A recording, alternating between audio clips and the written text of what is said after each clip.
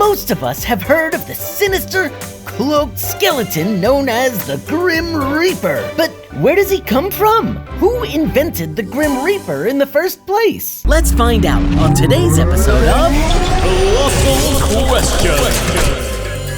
The creepy character known as the Grim Reaper is usually depicted as a skeleton hidden beneath black ripped robes and a hood. He carries with him a scythe, a large knife-like tool used to cut down or reap grain, hence the name.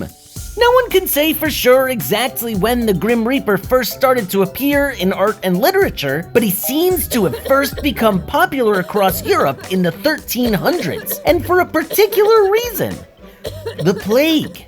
Also called the Black Death, the plague of the Middle Ages started in the mid-1300s and killed millions of people and remains one of the deadliest pandemics in human history. Needless to say, for the people living at the time, dying from a disease was a constant fear, so death loomed large in art, writing, religion, and everyday conversation. This was about the time that the Grim Reaper first became a popular character in art as a representation of death.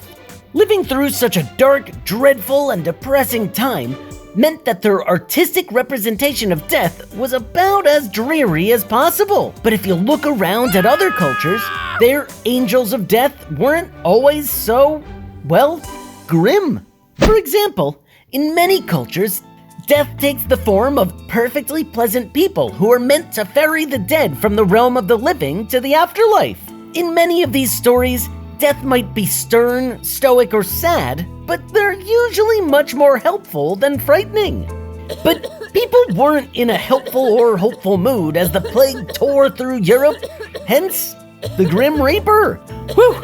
Okay, so that's how the Grim Reaper first became a popular personification of death in popular culture, but what's the story with his look? The look of the Grim Reaper is full of symbolism. The skeleton is pretty obvious. It represents our bones left behind after we die. The cloak matched the kind of simple black robes worn during funerals in those days. And the scythe? Well, it does a pretty good job of getting the idea across. A tool used for harvesting crops by swinging and cutting them down quickly and violently. The scythe symbolized death's ability to strike us down in large numbers. And with a plague in the streets, you can see why it made sense. So, next Halloween, when you see someone walking around dressed like the Grim Reaper, at least you'll know why you're hardwired to be horrified by the sight of him as you run away screaming.